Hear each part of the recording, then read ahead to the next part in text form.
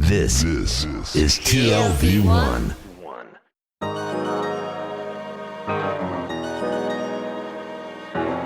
The Tel Aviv Review.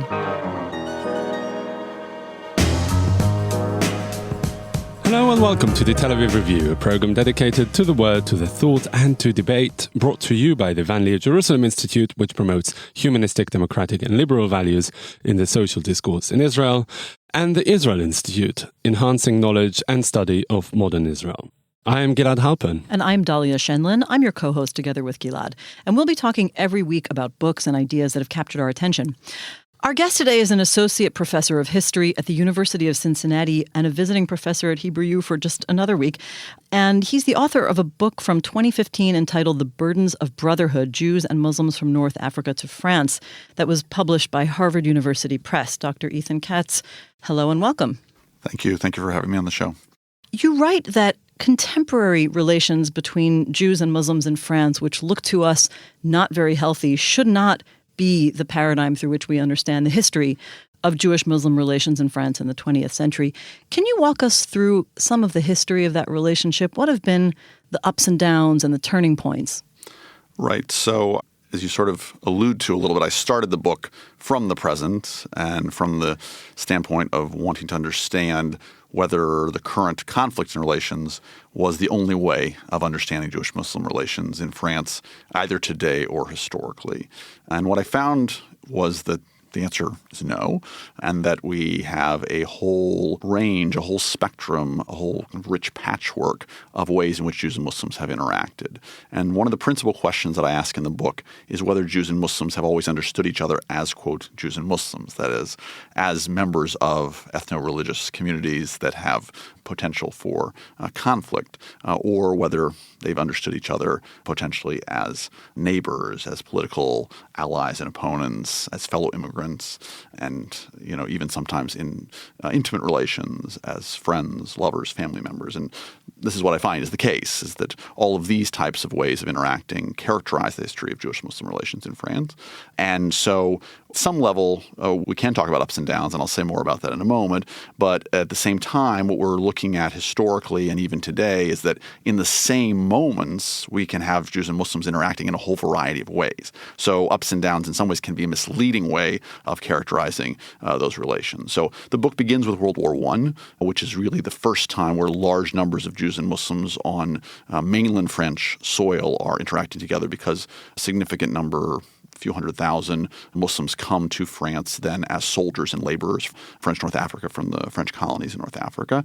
And those relations are at once characterized by the kind of comradeship that is inherent in serving together in war for a common cause, where your ethnicity, your religion, in some ways your status doesn't matter that much because you're standing next to each other on the battlefield and your lives are in each other's hands, and at the same time characterized by the fundamental inequalities that were there between Muslims and Jews under the rule of the French state. And so one of the things that I argue really is there from the inception is a kind of triangular history, right, where you can't just think about Jews and Muslims interacting with each other, but you have to think about their positions vis-a-vis the French state legally, whereas most Jews had equal rights as citizens or a relatively smooth path to citizenship, and Muslims were colonial subjects. And so those inequalities, even during wartime when they're serving together, affect the structure of regiments. They affect the respective roles that Jews and Muslims can have. One of the big examples that I give there is that Jews were frequently military interpreters. So this was because of the fact that Jews had also lived in the same areas in North Africa as Muslims for many years. So they knew both Arabic and they were becoming educated in French since they were French citizens. And so they could be in this intermediary role, which meant on the one hand they were able to help Muslims who wanted more food rations or religious Muslims who wanted copies of the Quran, but they also were able to spy on them and write these reports about what their correspondence looked like, what their morale was, even their romantic liaisons. So you have this power differential that's inherent that comes out of the fact that Jews are citizens and basically trusted and Muslims are not. So this is really the crux of the matter, isn't it? It's not just the French state, it's the French Empire. And one of the practices of empire, as we know from other places in the world, other instances in history, is that take the indigenous population and divide them according to their divide and rule according to their own interests. Is it really something that was really prevalent in the French colonial history in North Africa, especially in the case of Jews and Muslims in North Africa? This kind of divide and rule. Mm-hmm. So, is this what really defined the relationship, this triangle of relationships between Jews, Muslims, and the French state? Certainly is a big part of it, right? In 1870, Jews in Algeria become full French citizens, and Muslims do not. And this is the distinction you draw between citizens of the Republic and subjects of the empire. Right. Therefore, that means that Jews in Algeria are able to go to public French schools. They're, moving more and more into seeing French culture as their primary way of identifying, their primary way of life, identifying strongly with the fruits, if you will, of French civilization, and their Muslim neighbors who they've lived with for centuries, with whom they still continue to share often common foods, common traditions, and often some of the same Jews who are learning French also are speaking Arabic at home and can continue to have close relations with their Muslim neighbors on the one hand. But this legal and cultural differential, it builds more over time. And it was the reasons for the so-called Crémieux decree that made Jews in Algeria French citizens in 1870 were complex. But certainly one motivation was that certain French statesmen believed that Jews were assimilable enough, unlike Muslims, and that this would add 30-some thousand French citizens to the power balance in Algeria where they felt vulnerable because there were so many more natives than settlers. And why did they see them as more assimilable than Muslims? Right. So that's a great question. And in some ways, this is part of the backstory of the book. There's a whole kind of campaign of course of the mid-19th century among Jews in the French mainland to argue for the assimilability of Jews in Algeria. Part of what's unique about Algeria that probably many listeners don't realize is that it's not simply a colony. Most of the population centers in Algeria are annexed to France proper by the 1870s. So it's as much a part of France, at least theoretically, as Paris or Marseille or Lyon. So in theory, everyone there should become an equal French citizen. And assimilation is the legal doctrine of Algeria for most of its history under French control, despite the level of discrimination and racism that's there. So Jews from the 1830s, 1840s already start trying to create institutions, mainland French Jews in Algeria, that will mirror those in the mainland and basically kind of extend the French model of integration for Jews into Algeria. And over time, they gradually, in a sense, move Jews out of the jurisdiction of the community and the rabbinical courts that had governed their lives for centuries and into French jurisdiction, culminating with this decree in 1870 that makes them full French citizens. So is this a process that had been taking place among the Jews who were in France already, that kind of integration? Right. So in a sense, it is a continuation of this process that begins with the French Revolution, where you have the first emancipation decrees for Jews in Europe anywhere, really, in 1790 and 1791, two separate decrees. And it indeed is the case that 2 generations later, the Jews of mainland France, that certainly the leadership sees itself as having kind of a whole model of Franco-Judaism that it wants to export. And Algeria is, of course, a natural place. But of course, the Jews of the mainland were predominantly Ashkenazi and the Jews of North Africa were predominantly Sephardi. Looking at it now, looking back on it, is it really right to see it as a continuation of the same process, or did it really take very different forms? Well, it depends on what our criteria for that is. It's a continuation in the sense that we have to understand that there's always a paradox built into French integration efforts. And the paradox is, well, everyone can become equal. Everyone can become French, but that there's a kind of disciplining element to that. There's a kind of insistence upon sameness that is necessary for you to integrate.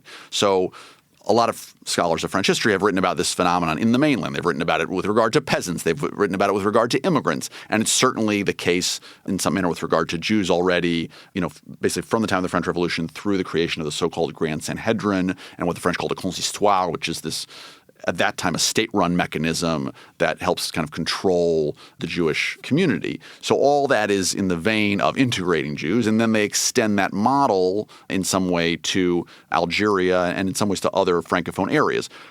The difference, of course, the fundamental differences are that this is an area where the vast majority of the population is not European, where what we see over and over again in the case of Algeria and in a lot of the story that I tell about the 20th century is that Jewish acceptance is often in some ways contingent upon exclusion of Muslims. And the Jews and Muslims are often set against each other, right? There is no large indigenous group in mainland France to whom Jews are constantly being contrasted as being more capable of integration, whereas that's a fundamental part of the story in Algeria. So in that way, it's a key difference. So let's talk about one of the more sensitive moments of that story. Of course, this is the story of the 20th century in a way, World War II. How did this change the situation, this triangular relationship you talk about? There's some counterintuitive things that go on there. Can you tell us about that? Sure, that's a great question. Right, so when we think about World War II and we think about Jews and we think about any kind of persecuted minority, we associate, of course, with the horrors of the Holocaust and with kind of the most extreme histories of racial persecution. And so we know a great deal about that with respect to Jews in France. What surprises us, what surprised me, is the way that Muslims were almost elevated by the Nazis and by French policies as well in a kind of flip of what had been the hierarchies that I've been talking a little bit about here preceding that. And so you have – it's not that Muslims become equal citizens. They don't. But they are in a kind of quasi-Aryan racial status, so much so that you have Jews from North Africa and the Middle East who attempt to pass as Muslims, just like you have Ashkenazic Jews who attempt to pass as Christians during the Second World War as a way to escape racial persecution. And you have thousands of Muslims in the French mainland, just like other French people who face the choices of how are they going to go through the war years? Are they going to collaborate with the Nazis? Are they going to cooperate with the persecution of the French state or with a political party that is fascist and anti-Semitic? Are they going to try to join the resistance? Are they going to try to help Jews? Are they going to keep their heads down and try to survive? And you actually end up finding out that they did a little bit of all of those. Exactly, yes. Talk about this interesting incident with the Grand Mosque in Paris, because it sounds like there's different narratives and history on it. Right. So there is a lot of debate about the Grand Mosque of Paris during the Second World War, and it's something I've written about elsewhere as well. The fact of the matter is there's this sort of legendary story that the mosque saved large numbers of Jews. There's a figure on the website of the mosque of possibly 1,700 people. It would be very difficult to sustain that, I think, based on the archival evidence that we can find and that we cannot find.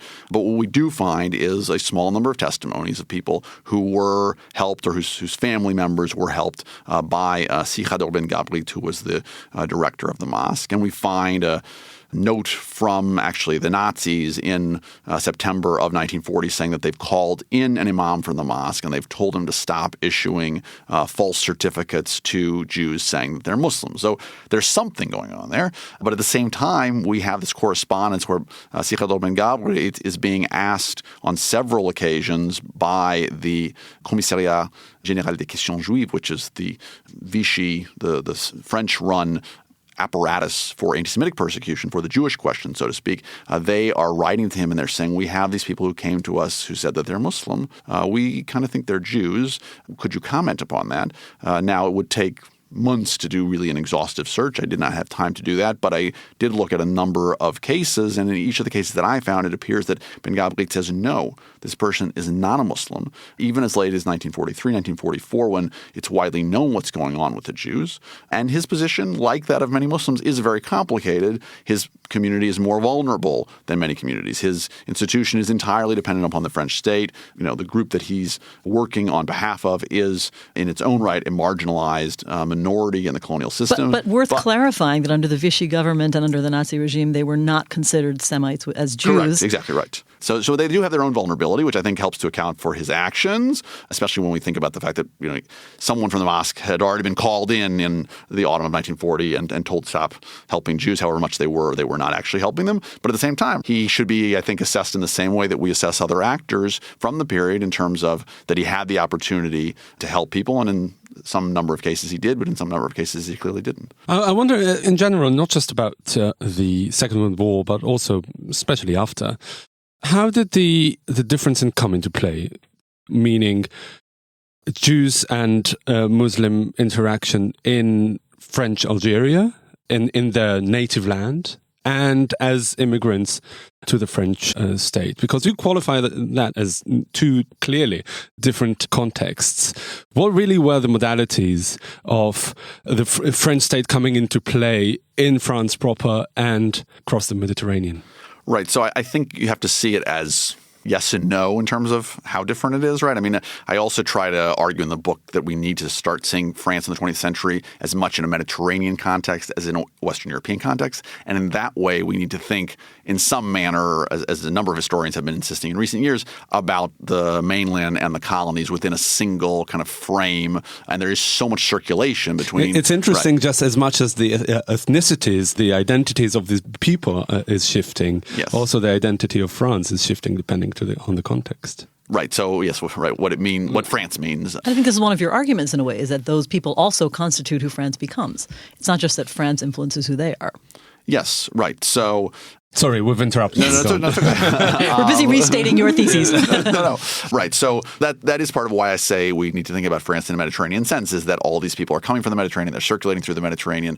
France is in Mediterranean geopolitical struggles. But your question is about differences between one side of the Mediterranean and the other side.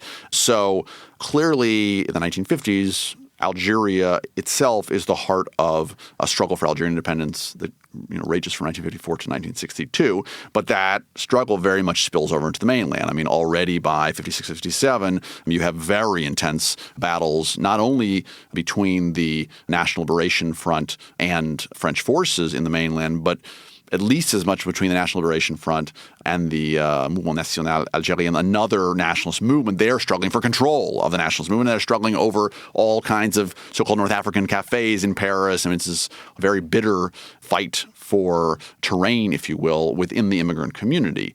Legally, many of the same people have greater rights when they're in France proper than when they're in Algeria. And here I'm speaking about Muslims from Algeria. So that is also a kind of schizophrenic aspect to the alleged continuity from the mainland to Algeria, is that some of the same people, when they set foot on French soil, have rights to vote in French elections, but not equal rights in those elections if they're back in Algeria. This changes in 1958 when momentarily Muslims have fully equal French citizenship. But the establishment of the greater the legal equality becomes for Muslims from Algeria, the more the conservative forces try to single them out in other ways. And that ranges from the way French police treat them in the late 40s and early 50s and try to require certain identity cards, even though they're supposed to have the same legal rights, to, of course, the settlers in Algeria who are trying to insist that they're not really fully French, even if under the letter of the law they are.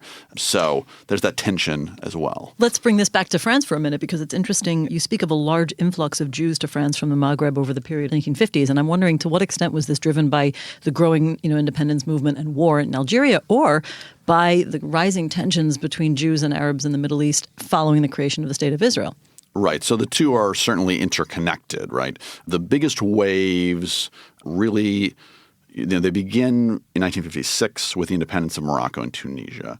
There's some immigration that starts earlier than that, but that's a moment of the first major waves, and certainly that grows out of people's fears associated with what will it be like for Jews in these newly independent states. There are very mixed signals. There are Jews included in the first cabinets with ministerial positions in both Morocco and Tunisia, but there are also anti-Jewish incidents. There are anti-Jewish sentiments expressed by key nationalist leaders. But this can't be separated, of course, from the context of the Middle East, right? Many of the nationalist leaders who express anti-Jewish sentiments are connected to Nasser's pan-Arabism. They are talking about whether Jews will be a fifth column if they're fighting in an Israeli-Arab war on the Arab side. So these things are interlinked. And the Suez Crisis of 1956, especially in the Algerian context, and the Suez Crisis is really inseparable historically from Algeria, right? It's a big part of the motivation for France to intervene there is the belief that somehow there's a pan-Arab movement that's connected to the nationalists in Algeria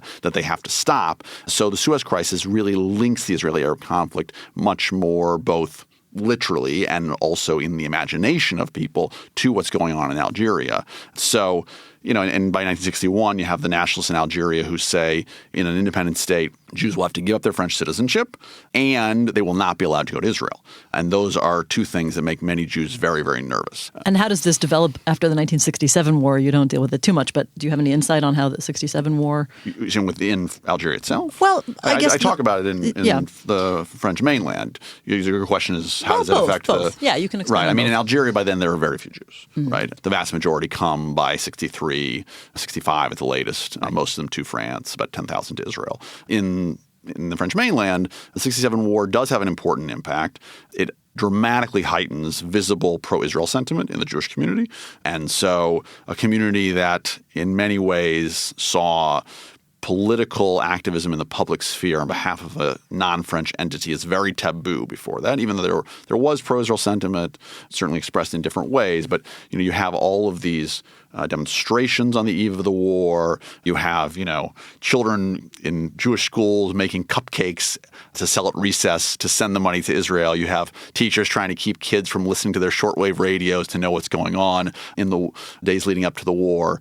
And so you have a different level of activism there. And you also have a kind of mobilization among Arab workers who sympathize with the Palestinian cause. And it's all made more complicated, taking us back to the triangle, by the French government's position. Right? The French government had been Israel's largest weapons supplier. The Mirage jets that are famously used to win the war were sold to Israel by France. But on the eve of the war, Charles de Gaulle, French president, imposes an arms embargo on both sides, which is viewed as being very unfair to the Israeli side because of the long-standing close relationship with Israel. It appears that de Gaulle really was trying to keep the war from starting.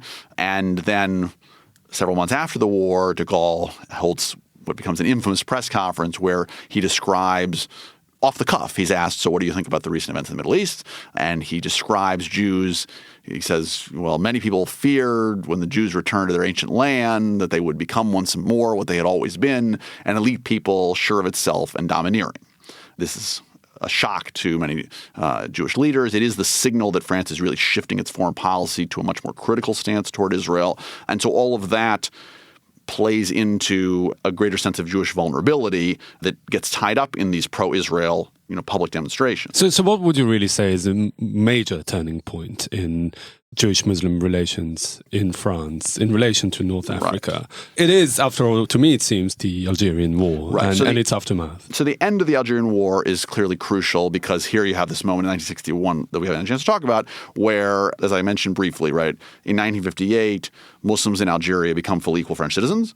That only will last really until the months leading up to independence in 61, 62, where France starts to say, what are we going to do with all of these Muslims who we just made equal French citizens? And ultimately what they're going to do is that they're going to make them choose and they're going to make it so that most of them will not be able to retain their French citizenship. And meanwhile, Jews in Algeria, fearful in part because they had lost their citizenship during the Second World War, are very, very insistent that they want guarantees that they'll be able to keep their French citizenship and they'll have all the same rights as the European colonial settlers coming from Algeria. And they're successful in that. So in the same moment where Jews are really clearly folded into the French nation in a firmer way with that guarantee. What was the proportion of Jews out of the European settlers who came back to France? So, right. So there's 1 million approximately European settlers, and then there's another 140,000 Jews, about 125 to 130,000 of them come from Algeria to France. So yes, somewhere in the range of 9% of the overall so-called European population. Let's go back to contemporary France now. How can we draw on these sort of mixed and nuanced and sometimes up, sometimes down relations between Jews and Muslims in France over the years and find a better model for what looks like very much a conflicted relationship right now. It seems there are plenty of reasons for us to be optimistic because, as you say, the identities are so fluid and they depend on the context. Are they still so fluid? No, it seems like, maybe now we're at the very lowest ebb of that relationship, but there's really no reason not to think that it might improve, and even soon. Well, right. So I like that optimistic note. Let me actually go back to 61, 62 for just a moment. I'm sort of finish my thought there, but it connects very much to what you just asked, which is, so there's a hardening, unfortunately, once you've created, a firmer differentiation between French and Muslim, which is, what they end up doing is they divide all the people who come in 61, 62 between, quote, Europeans and, quote, Muslims.